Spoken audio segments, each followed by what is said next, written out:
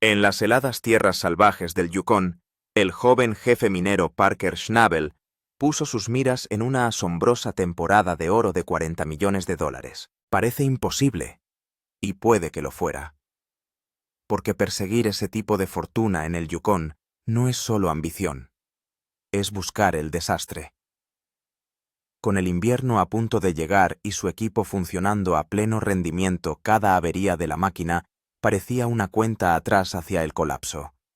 Pero detrás de las escenas, esto no era solo sobre el oro. Se trataba de supervivencia. Esta es la temporada en la que algunos dicen que Parker lo arriesgó todo, vidas, lealtad y todo lo que había construido solo para perseguir el protagonismo.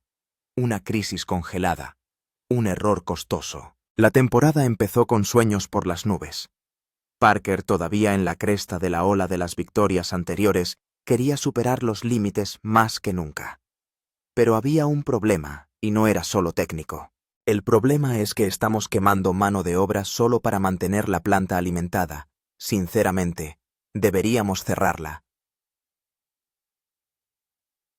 Fue entonces cuando las cosas se pusieron serias. La propia ambición de Parker podría haber sido su mayor obstáculo. Tenía miles de hectáreas para explotar, pero el Yukón tenía otros planes. Aquí la minería no es tan sencilla como cavar. La mayor parte del año, el suelo está helado, más duro que el hormigón. Para llegar a la tierra rica en oro, los mineros primero deben quitar las capas de sobrecarga sin valor y exponer la tierra que hay debajo. Solo entonces el sol del verano puede hacer su trabajo y descongelar lo que hay debajo. Y sin esa ventana, incluso el sueño de 40 millones de dólares se convierte en otra historia enterrada en el hielo. Lo que nadie dice es cuánto hay que planificar. Hay que pensar con meses de antelación, incluso un año entero. Y aquí es donde la temporada de Parker tuvo su primer gran contratiempo. Resulta que hay más en la historia de sus primeras luchas. Admitió que había tomado algunas decisiones equivocadas. Tenía un terreno llamado Elbow Cut, que sabía que estaba lleno de buen oro, pero no lo había preparado a tiempo. Estoy en el corte del codo. Hay un pequeño rincón donde empezamos el año pasado. Este pozo es el más lógico para sacar a continuación. Ahora, con la corta temporada minera ya a la vuelta de la esquina, le quedaban enormes extensiones de tierra que seguían completamente heladas y no estaban listas para ser lavadas en busca de oro. Fue entonces cuando se dieron cuenta. Estaban en un gran problema. El equipo no daba abasto y trabajaba en varios lugares a la vez. Intentaban sacar oro de una zona llamada Bridge Cut y al mismo tiempo preparar un corte totalmente nuevo para la próxima temporada. Y por si fuera poco, Parker necesitaba que lo dejaran todo y se centraran en el corte Frozen Elbow. Esto lo cambia todo para sus planes. Tuvieron que retirar 60 centímetros de sobrecarga y luego utilizar excavadoras gigantes con enormes rippers metálicos en la parte trasera para desgarrar la capa de tierra helada. Por eso estamos buscando algo que nos sirva de parche. Sí, bueno, aquí está. Podemos revisarla y verla a ver qué te parece. Genial, sí, echémosle un vistazo. Fue un trabajo lento, duro y frustrante. Para hacer las cosas aún más estresantes, Parker tuvo que tomar una decisión muy cara. Para acelerar el proceso de desgarro del suelo helado, trajo otro enorme bulldozer D-ONS. No te vas a creer lo que cuesta hacer funcionar una de estas máquinas. Quema una enorme cantidad de gasóleo cada hora. Solo la factura del combustible era astronómica. Fue una gran apuesta gastar una fortuna en una máquina solo para arreglar un error que había cometido meses atrás. Era la primera gran prueba de la temporada, una crisis nacida de un simple error de planificación que ahora amenazaba todo su sueño de 40 millones de dólares. En este momento, Parker y yo estamos en el corte del codo, y si lo piensas es muy caro. Estás usando una excavadora multimillonaria que consume mucho combustible, pero es la única manera de sacar este oro de la tierra esta temporada. Con la nueva excavadora monstruosa en el lugar, la carrera contra el hielo estaba oficialmente en marcha.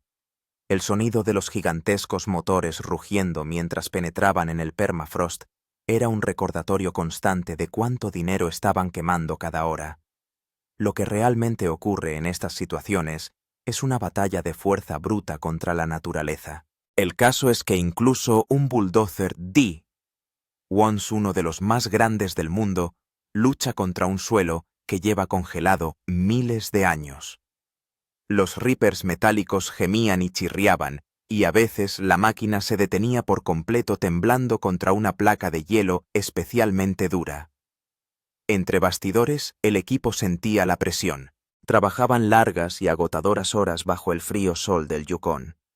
Mover máquinas gigantes, abastecerlas de combustible y mantenerlas en funcionamiento es un trabajo duro en un buen día.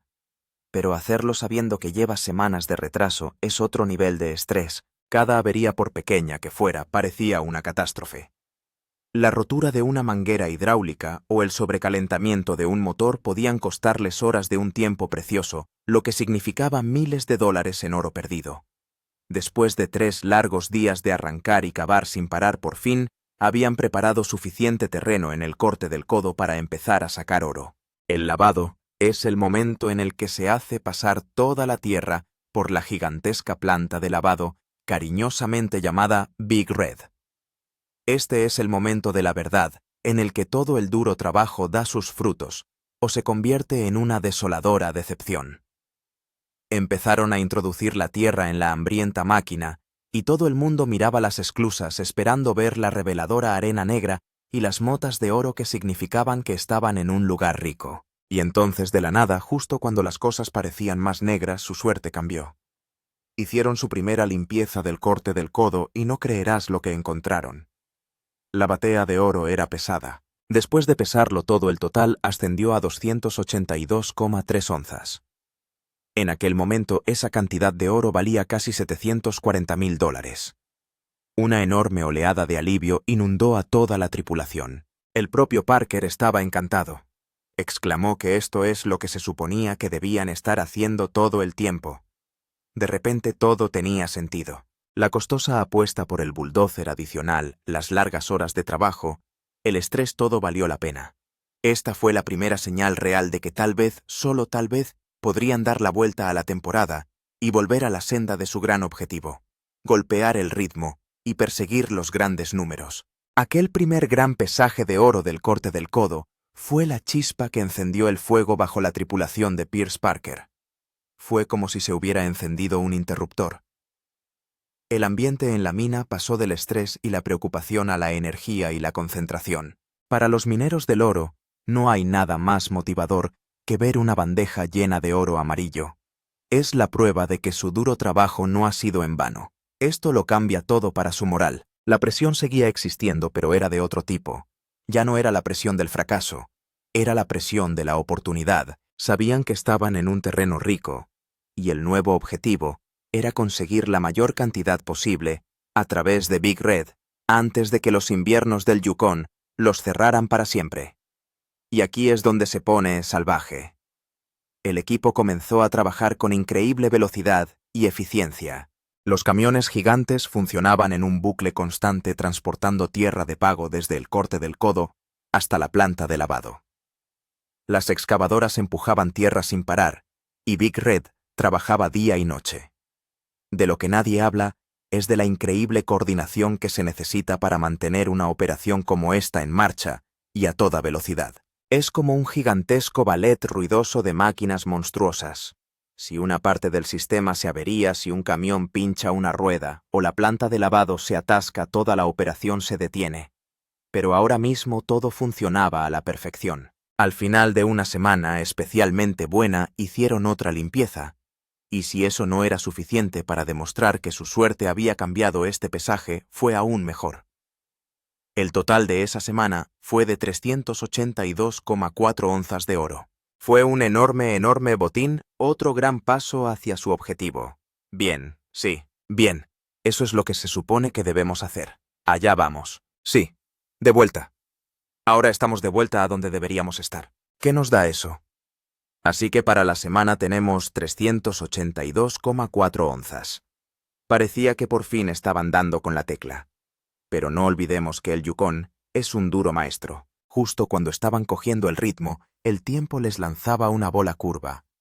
Una repentina ola de frío podría volver a congelar el suelo que tanto les había costado descongelar. Una fuerte tormenta podría convertir la mina en un gigantesco pozo de lodo, haciendo imposible el movimiento de los pesados camiones. Cada uno de estos retos les recordaba que estaban en una batalla constante y que no podían permitirse relajarse ni un solo momento.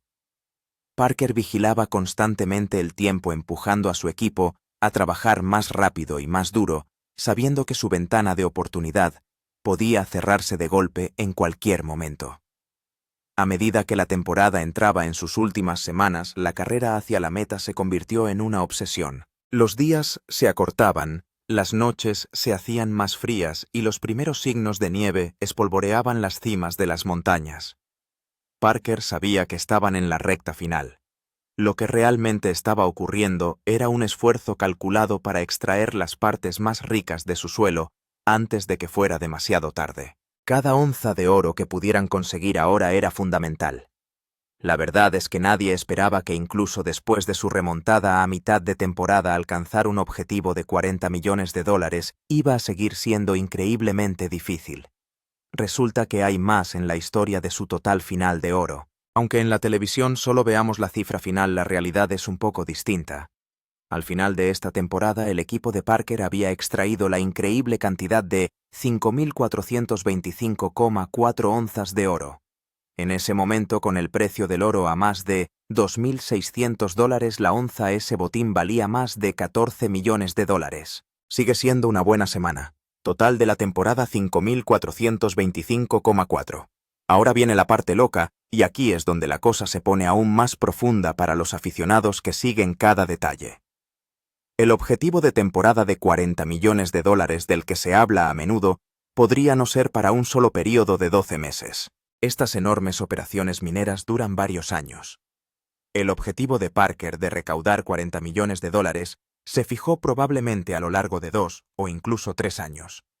Los 14 millones de esta temporada fueron una parte importante de ese total, un gran salto hacia su objetivo final. Así que aunque no llegó a los $40 millones solo en esta temporada, su increíble botín de 14 millones superó con creces sus objetivos para el año y le colocó en una posición perfecta para alcanzar su meta global. Ese pesaje final fue un momento de pura alegría y agotamiento para todo el equipo. Habían afrontado un comienzo terrible, luchado contra el suelo helado y trabajado hasta la extenuación. Ver ese enorme número final en la balanza fue su recompensa. Era algo más que dinero. Fue una victoria contra todo pronóstico, un testimonio de su duro trabajo y de la incansable determinación de Parker. Para él demostró que incluso después de cometer errores, se podía luchar para volver a la cima. Y mientras hacían las maletas para pasar el invierno, no pensaban en las luchas. Estaban pensando en la enorme pila de oro que habían sacado de la tierra, planeando ya cómo volverían el año que viene a por el resto. ¿Qué está pasando realmente? Ver a Parker Schnabel y a su equipo sacar oro de la tierra por valor de $14 millones es una increíble historia de éxito. Es una historia de superar problemas y ganar a lo grande. Pero ya ves, con un programa de televisión de gran éxito como La Quimera del Oro, siempre hay susurros y teorías de los fans que se preguntan qué está pasando cuando las cámaras no están rodando. En Internet, los fans más entregados analizan cada escena y sus discusiones plantean grandes preguntas y algunas ideas descabelladas sobre la serie. Una de las teorías más comentadas es lo que los fans llaman el oro del productor. El drama de alcanzar el objetivo de una temporada es una parte importante de la emoción de la serie. La teoría dice que si un equipo está un poco lejos de su gran objetivo dramático en el último episodio, los productores pueden encontrar la manera de ayudarle a conseguirlo. De lo que nadie habla es de la presión que ejerce la cadena de televisión para que el final sea satisfactorio para los espectadores. Esta teoría sugiere que tal vez, solo tal vez, se podría añadir una pequeña cantidad de oro a un pesaje final para que el número parezca mejor y crear un final más emocionante. Es un escándalo enorme siquiera sugerirlo, pero algunos aficionados creen que podría ocurrir. Se preguntan si todos y cada uno de los copos de oro que vemos en la balanza proceden directamente del terreno de esa temporada. Otra teoría que profundiza aún más tiene que ver con los tratos de los terrenos. Parker no posee todo el terreno que explota. Es famoso por arrendar gran parte a otra leyenda de la fiebre del oro, Tony Beach. En el programa oímos que Parker paga un canon un porcentaje del oro que encuentra al terrateniente. Pero resulta que hay algo más en la historia, o al menos eso es lo que piensan los aficionados. Lo que realmente plantea muchas preguntas son los detalles de estos acuerdos. La teoría de los fans sugiere que los acuerdos de royalties son mucho más complicados de lo que nos cuentan en la televisión. No se creerá algunas de las ideas. Los aficionados se preguntan si hay primas secretas. Por ejemplo, ¿obtiene Parker un descuento en su canon si extrae más de un determinado número de onzas? O por otro lado, ¿hay penalizaciones secretas si no alcanza un determinado objetivo? A veces ha habido mala leche, Tony, pero voy a pedir un favor uno de estos días. Y justo cuando pensabas que no podía ser más extraño, algunos fans piensan que los dos rivales podrían ser más amistosos entre bastidores de lo que aparentan. La rivalidad da mucho juego en la televisión, pero tal vez su acuerdo comercial es tan bueno para ambos que exageran el drama ante las cámaras. Pero aquí está la parte loca. El escándalo más descabellado del que se habla tiene que ver con el oro perdido. La teoría es que el oro que vemos pesado en el programa no es todo el oro que encuentran. Lo que realmente ocurre, según esta idea, es que los mineros podrían hacer limpiezas más pequeñas y menos dramáticas que nunca se filman. Podrían vender este oro fuera de cámara tranquilamente a compradores privados. ¿Por qué harían esto? La cosa es que les daría un flujo de efectivo constante para pagar cosas como el combustible y la comida sin tener que ser parte de una gran historia de televisión. También significaría que los enormes totales que vemos al final de la temporada podrían no ser ni siquiera la imagen completa. La verdad que nadie esperaba es que sus ganancias reales podrían ser incluso superiores a las increíbles cifras que vemos en la serie. Y por si fuera poco, también hay teorías sobre la tripulación. En la televisión vemos a un grupo básico de personas, pero una enorme explotación minera como la de Parker requiere mucha más ayuda. Es probable que haya otros mecánicos, camioneros y trabajadores que nunca aparecen en cámara. Esto nos lleva a preguntarnos cuánto cobran realmente los miembros del equipo que vemos. La serie mantiene estos detalles en secreto, lo que da rienda suelta a la imaginación de los fans. Tanto si estas teorías son ciertas como si se trata de divertidos rumores, añaden un nuevo nivel de intriga al arriesgado mundo de las minas de oro. Pero no olvidemos que no todo son teorías de los fans sobre cosas que podrían estar ocurriendo ahora. El programa tiene una larga y alocada historia llena de auténticas meteduras de pata ante las cámaras que resultaron verdaderamente escandalosas en su momento. De lo que ya nadie habla es de la época del equipo Hoffman y sus legendarios fracasos. Verás, años antes de que Parker fuera el rey del Klondike, Todd Hoffman y su equipo de novatos eran las estrellas del programa. Su mayor escándalo fue un desastroso viaje a Guyana en Sudamérica. Salieron de Alaska con grandes promesas de encontrar montañas de oro en la selva. Regresamos, empacamos nuestras cosas y nos vamos. Freddy. ¿Por qué no miras el mapa e identificas los lugares que queremos probar? $60 por yarda es nuestro objetivo. Vamos a tratar de encontrarlo aquí. Pero aquí está la parte loca. Fue un fracaso total y absoluto. Casi no encontraron oro, su equipo se averiaba constantemente en el espeso barro y la tripulación se sentía miserable. Para los espectadores fue una temporada impactante, como ver un choque de trenes a cámara lenta. Se convirtió en un gran escándalo en la comunidad de fans, con todo el mundo debatiendo cómo una tripulación podía estar tan mal preparada y tomar tantas decisiones equivocadas. La temporada de Guyana aún se recuerda como uno de los mayores desastres de la historia de la serie. Un ejemplo real de cómo la fiebre del oro puede llevarte por un camino muy caro y sin salida. Por si fuera poco, la tripulación de Hoffman también protagonizó el primer motín de la serie. Aquí es donde se pone salvaje. En la primera temporada, un miembro de la tripulación llamado Jimmy Dorsey abandonó el equipo. Tampoco se fue en silencio. Fue a la cámara y le dijo al mundo que pensaba que el liderazgo de Todd Hoffman era terrible y que toda la operación era un desastre desorganizado. No vas a creer el drama que causó.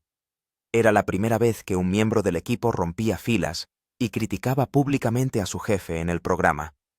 De repente todo cobró sentido para algunos espectadores que ya pensaban que el equipo estaba sobrepasado. Fue un verdadero escándalo que mostró las tensiones y frustraciones de la vida real entre bastidores. Resulta que hay más en la historia de las rivalidades pasadas del programa también. La famosa tensión entre el joven Parker Schnabel y el mayor y más experimentado Todd Hoffman no era solo un espectáculo.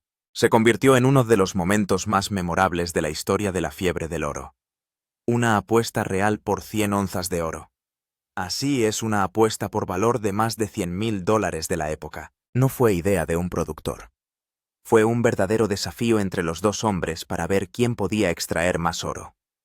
Esto lo cambia todo porque toma su rivalidad en pantalla y la convierte en una apuesta pública masiva con dinero real en juego. Estos acontecimientos, pasados desde fracasos en la jungla hasta apuestas públicas y motines de la tripulación, prepararon el escenario para el mundo de altas apuestas que vemos hoy.